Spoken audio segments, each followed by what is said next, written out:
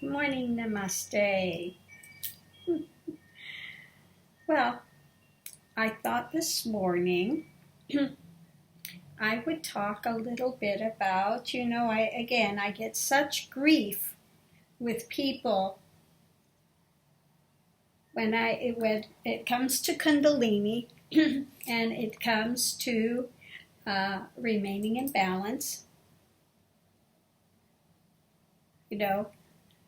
Again, I have never said, I'm going to make this clear, I have never said in a million years, ever, and I'm so tired of people taking this and running with it and skewing it and telling things, saying that I've said this when I've never said it at all. That you have to eat meat to awaken Kundalini. I've never said that. Okay? So let me make it clear one more time. I have never, ever said you have to eat meat to awaken Kundalini. Okay? Awakening Kundalini happens by many different ways. Through mantra, through being around the energy of a guru that has awakened Kundalini, through Shaktipat. One can have a spontaneous awakening through a great shock to the system. Sometimes that will inadvertently awaken Kundalini for people. Okay. Many different ways to awaken Kundalini. But never, again, never have I ever said, so please stop misquoting me, okay, that you have to eat meat to awaken Kundalini. Okay, never said it.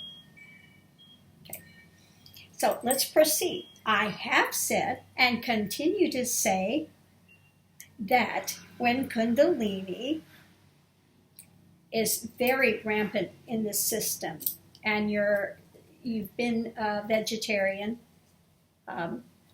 and your system is really, the Kundalini is being really just so strong that your nervous system is really, it's just inflamed.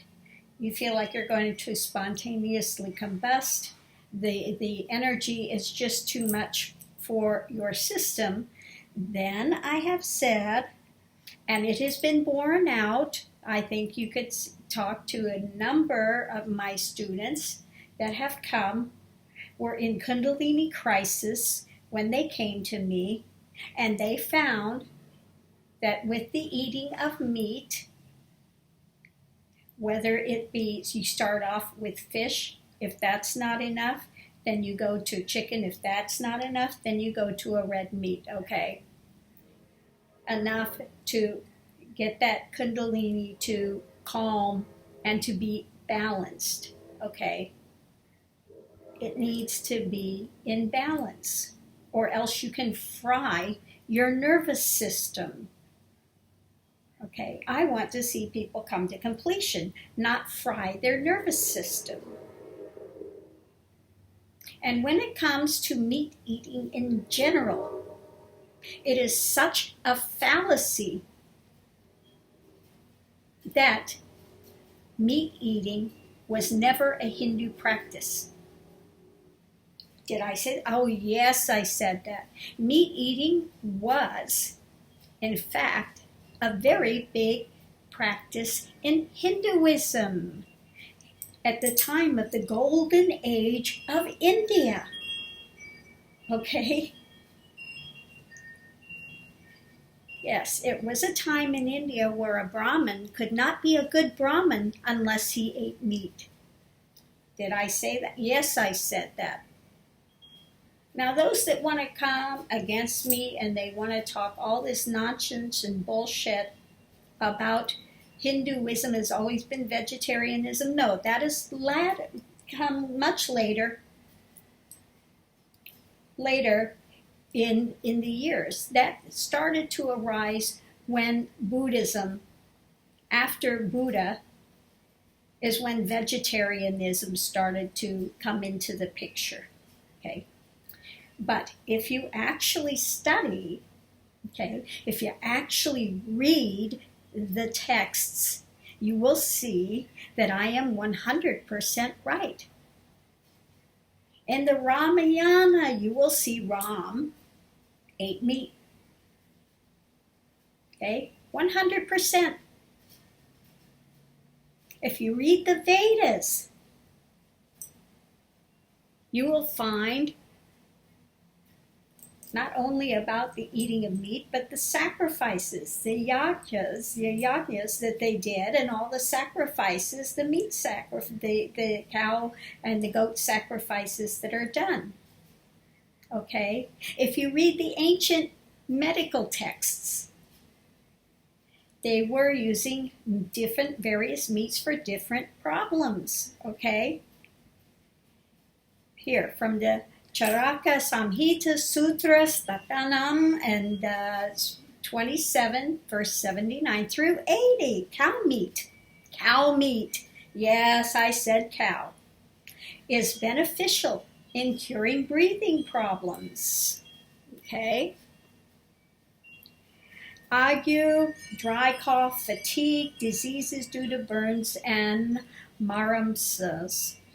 In the chakra Samhita, it says a person of magnanimous heart who eats meat along with the wine, named as Madhvidik, is quickly relieved of tuberculosis. Okay.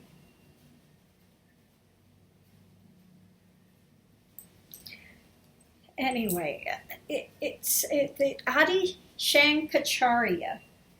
Adi Shankacharya was written a great extensive commentary on the famous Brahma Sutras. In his commentary on the Brahma Sutra, Adhyat Pad Sutra 25, it's the Adhyay is 30, Pada is 1, Sutra 25. He writes, and I quote, "None therefore can know without Scripture what is either right or wrong." Now from Scripture we derive the certain knowledge that the Yotistoma sacrifice, which involves harm done to animals, i.e. the animal sacrifice, is an act of duty. Okay? So how then can it be called unholy? But does not the scriptural precept do no harm to any creature? Intimate that to do harm to any being is an act contrary to duty? True, but that's a general rule, while the precept, let him offer an animal to Agni Shomao embodies an exception and a general rule, an exception having different spheres of application. The work, i.e. sacrifice, enjoined by the Veda is therefore holy, being performed by authoritative men and considered blameless. Okay, let's look at another one. Acharya Ramanuja. He also has written a very famous commentary on the Brahma Sutras called Sri Bhasya, and he's commenting on the same Sutra 25 when he writes, "Scripture declares that the killing of sacrificial animals makes them go to the heavenly world. Therefore, it is not of the nature of harm. This is declared in the text that the animal killed at the sacrifice, having assumed a divine body, goes to the heavenly world.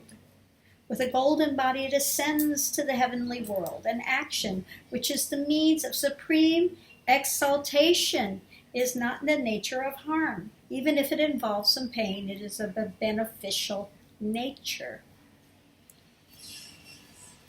Okay, Sikant Swami, the 7th century commentator of the Vedas, while commentating on the Rig Veda, writes, Yajna is good for everyone and no one is injured. The animals who are sacrifices also gain ultimate good. The ancestors say the animals that are sacrificed in a yajna obtain higher worlds. Okay. But anyway, it used to be when you had a guest come, they would sacrifice a bull and would feed to the guest. This was a very ancient practice. Again, if you read the Ramayana, you read the Vedas, you read the texts from the golden enlightened age of India, you'll soon discover that yes, meat was eaten, sacrifices were made, and in some of the oldest temples that still remain in India, in the Kali Mandirs, they do goat sacrifices daily. Many other of the mandirs also do animal sacrifices. You can read in the Vedas which animal is to be sacrificed to which deity. Okay?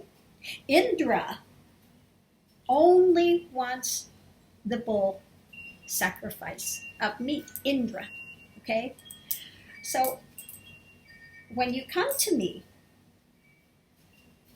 and you want to continue to spout this vegetarianism and tell me I don't know what I'm talking about, I'm going to tell you, go back, read the Vedas. If you want to know what India was like, don't read modern texts. Read the ancient texts. Read the texts that were written from that time. Okay? What was actually going on during the golden age of India? Okay? What were the practices during the golden age of India? Okay.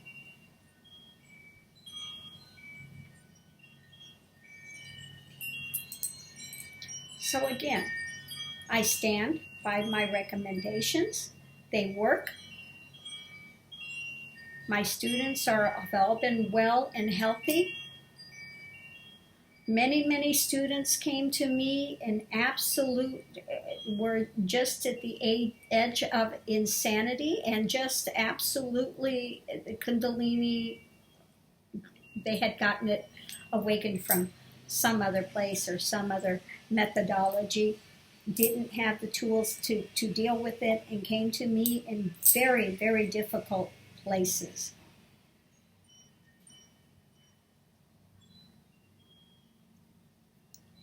And with the introduction of balanced breath, other mantras that I give, other guidance and instruction of how not to get caught up in mind in the mental spin, with the introduction of meat when needed, okay? You can eat fish. You can eat chicken. If it's still not, coming to a point of grounding, then you go to something heavier, okay? This is not saying that you have to stay on a heavy diet of it. Nobody is saying that, okay? You use it as like a medicinal practice. Used to be quite common during the Vedic times. Meat was used in medicinal reasons, okay? And again, vegetarianism is a more modern type of thing. I will give you a link. I will put a link to a place where you can check this out. Read it for yourself. Somebody that has done a lot of research on it. And you can go ahead and do the research yourself. Get the texts, get the Vedas, get the Ramayana, read it, find out what's actually there, okay? Even in the Bhagavad Gita, it says that, the animals that are gone through that sacrifice go to a higher form, okay? So before you want to come and try to slam me and try to be nasty and try to, I have such a problem with people that haven't studied. They don't know the Vedas. They don't know the texts. Okay? They don't know the Ramayana. They don't know, they've read a couple of little things here and there and go for the popular spin, the popular belief system of the moment, which is vegetarianism, and they're on a witch hunt. Okay? They're on an absolute witch hunt. And if you think I'm going to sacrifice people's well-being for your ignorance, you're wrong, okay? I'm not going to do it, okay? For those of the Nityananda devotees, okay? When the ones came to their first thing, he's even told them to go and have a sacrifice at a temple. Why? Okay? Gee, you might want to look at this. Okay. So again, I've never, ever, ever, ever, ever said, let me make this clear, never, never, never, never have I ever said you have to eat meat to awaken Kundalini. Okay? Never. I have said, and I will continue to say, 100%. If you have a Kundalini that's imbalanced, that it's just absolutely frying your nervous system,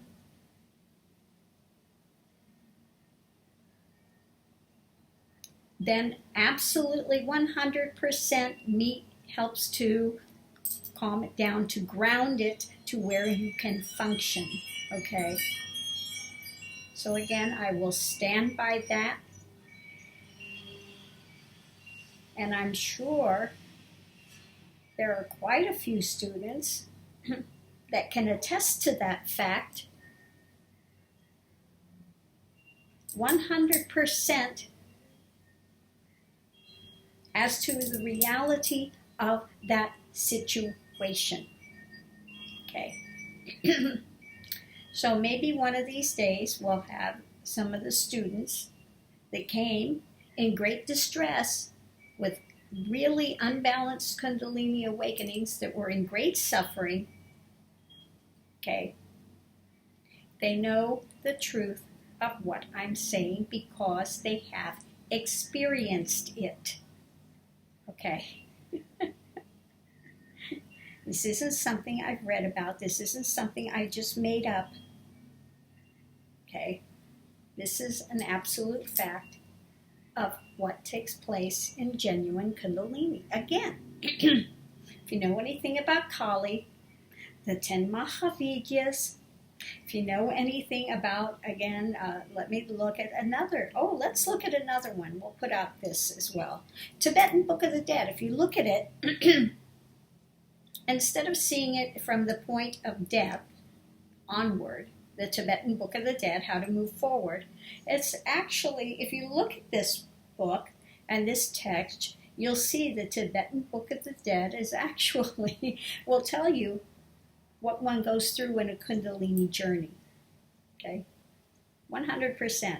Look at the Tibetan Book of the Dead and you will see this is what happens in a Kundalini journey. These are the things that one will face, one will come across, that one will traverse through in a Kundalini journey.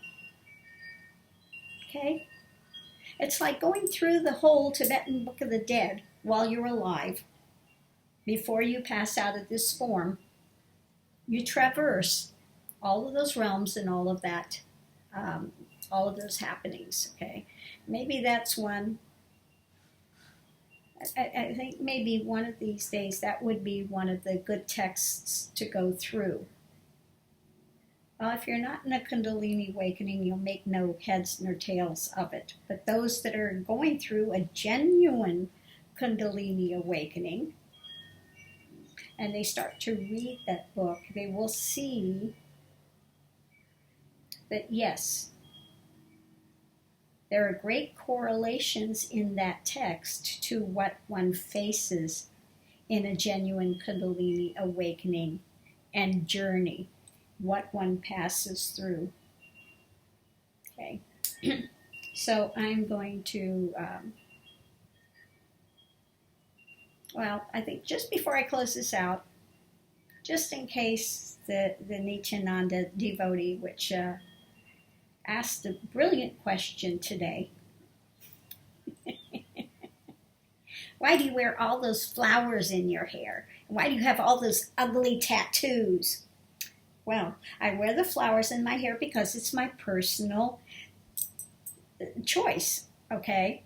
I happen to like it. It's my style. It's my signature, if you will, okay? I get compliments on it every day.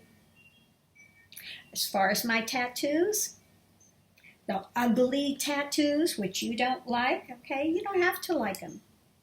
But they're all indicators and reminders of my spiritual journey, okay? Not that it's any of your business.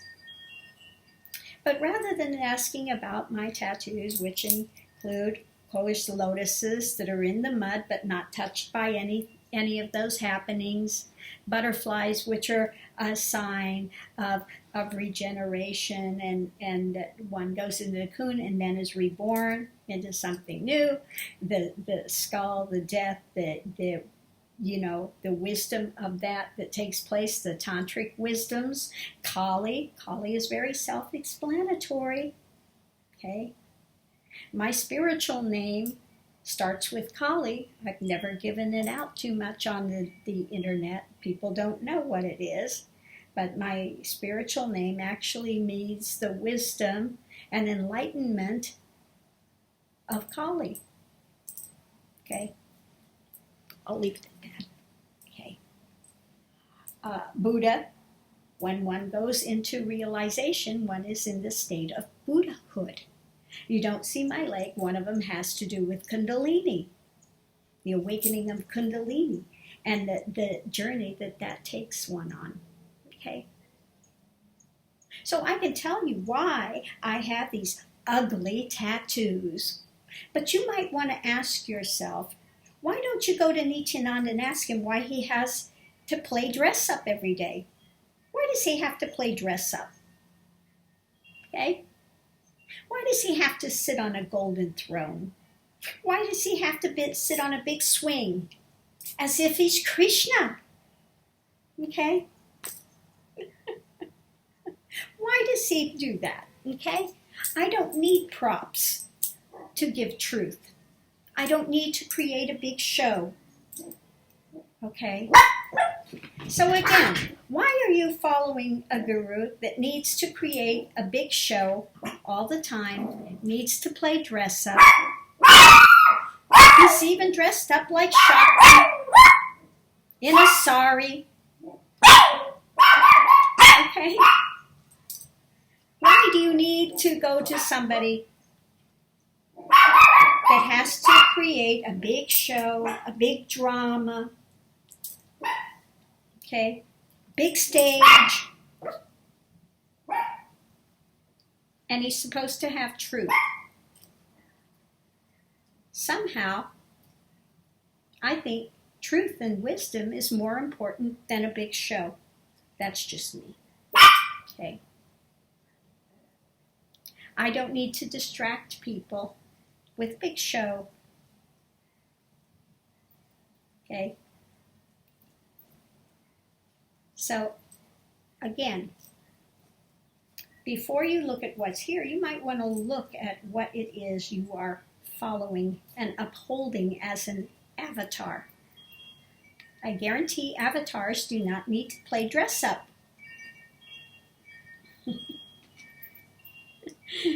Absolutely not. Okay? So, nonsense, nonsense, nonsense. Okay. So I'm going to close this video out right here. I hope everyone is having a wonderful day. And I will put the link to where you can go to check out for yourself all of the information that has to do where you can find all the texts on where eating meat, sacrificing of cows, all of these things they want to rail against me about were actually a part of the golden age of India. And again, let me say this one more time. You could not, at that point in time, be a good Brahmin unless you had the cow sacrifices and you ate meat. Okay? Again, you know, I go to India. I lived in India many years. Okay? You'd go to the ghats and you'd have these Brahmins out there and run up to you and I do this ceremony, I do that ceremony, I do all this bullshit they say to you. Really? Mm-hmm. And you watch them in the morning and I said, and why are you not out there doing the Gayatri and the Ganges like you should be? Okay? Okay, a Brahmin should be a knower of Brahman. Okay, a Brahmin should be a knower of Brahman. In other words, actually, a Brahmin should be a realized being. Okay, only a knower of Brahman. Okay, and these fools, yes, I'll say fools, that are preying on the uneducated public to sell this and sell that, and I'm a Brahmin and you should give me money because I'm a Brahmin. I said, you should be out in the Ganges doing the Gayatri mantra, okay?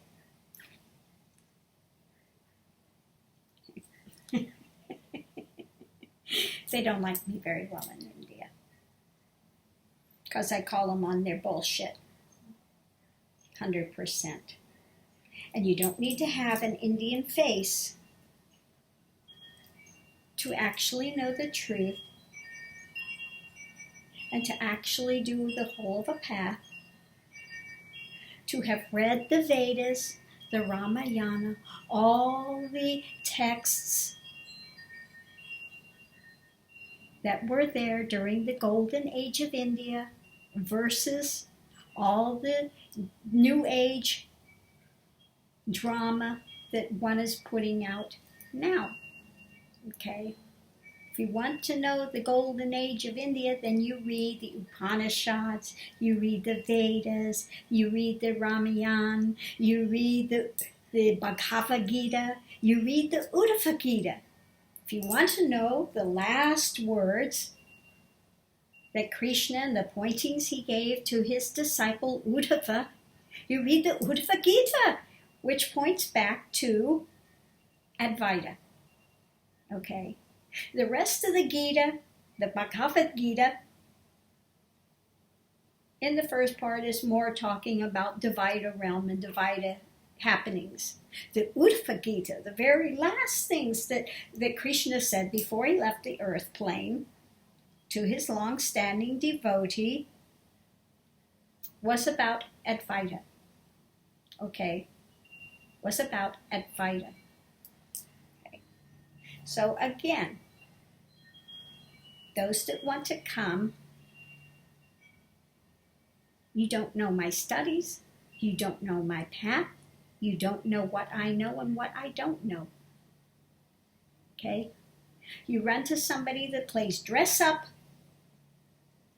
who's the fruit of their tree. What I'm seeing now are devotees that are running around being as nasty as they can, professing that they can curse people. And what part of that has any part in spirituality? Please tell me. Okay? Because one's focus should be on their liberation. not in who they're going to go chase after and try to trash and destroy through whatever means they have available to them. Okay?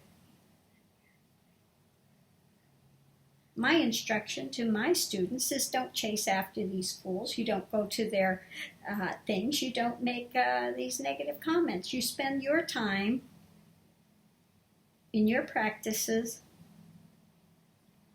to gain liberation, so that then, at that point, once you have gained liberation, and you are then at that point a jnani, and you have gained mukti, you're liberated, you're a liberated being, then you can go out and you can be an aid to society, okay? Until that point, you don't have the wisdom to do it. So stay within, continue to do your practices, okay? Continue to go forward in your journey to enlightenment, to realization, to nirvana, to nibbana, to being blown out and resting into that eternal is, Parabrahman, and knowing the truth. Awakening to the truth. Okay? Okay. I don't purport there's instant awakening. Awakening is only there when you have reached realization.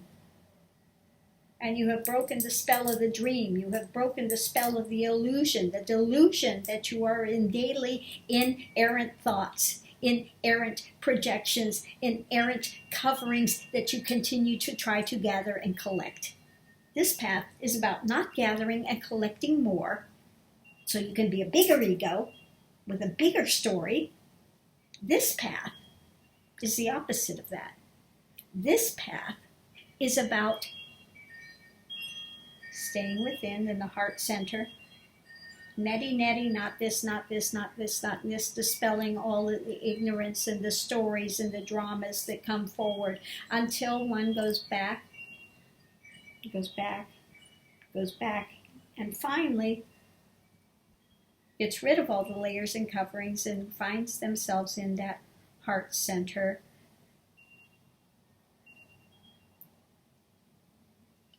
When the world breaks and there is no you, there is no world, you're not seeing with the physical eyes. Okay? And what opens, one dies that death before death. Yes, it's like an actual death that one feels that they go through. And what opens is just simply that is. That's all one can say. It is. Beyond the shadow of a doubt, more real than anything one sees in this transient realm. And who and what you are in that moment breaks. It's gone. It's finished. That story has ended. The story of all the lifetimes that one has gone through to that point have ended. The drama behind them has ended. For you are not that, never have you been that. You are that one eternal is. And the rest of its coverings and shows, it means nothing. It means nothing. Those covering and shows no longer have any pull on you.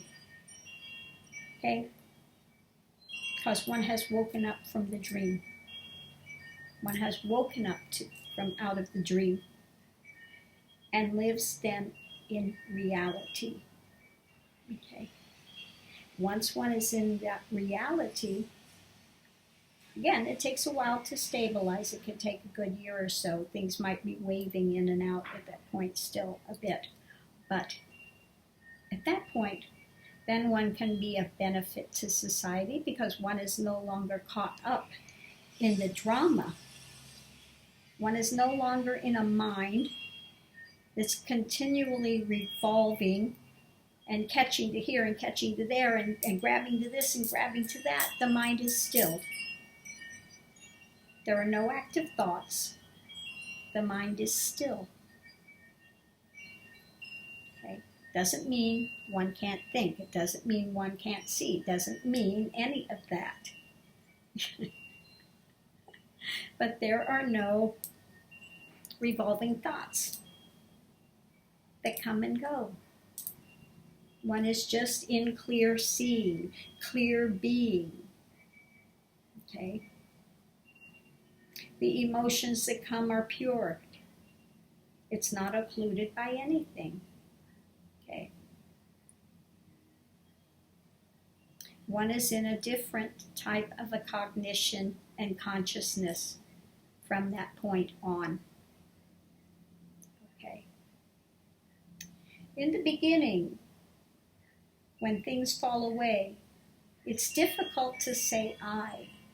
And when one speaks, people think it's some manufactured thing, but it's not, because there is no cognition of an I, an ego I that goes. It takes quite a long time. It took over maybe a year or 2 years to be able to, again, phrase things in normal type of speech of I this or I that. Now it's a manner of speech just to be able to relate to people, but it's not in your cognition. No longer is there. I is something separate. Doesn't exist. Okay? Doesn't exist. Okay? The form continues to play out whatever it does. Okay? But the cognition is always within that absolute is. Okay? That underlying life of all life. Okay? That eternal is what the cognition remains. Okay. Namaste. Have a great day. Bye.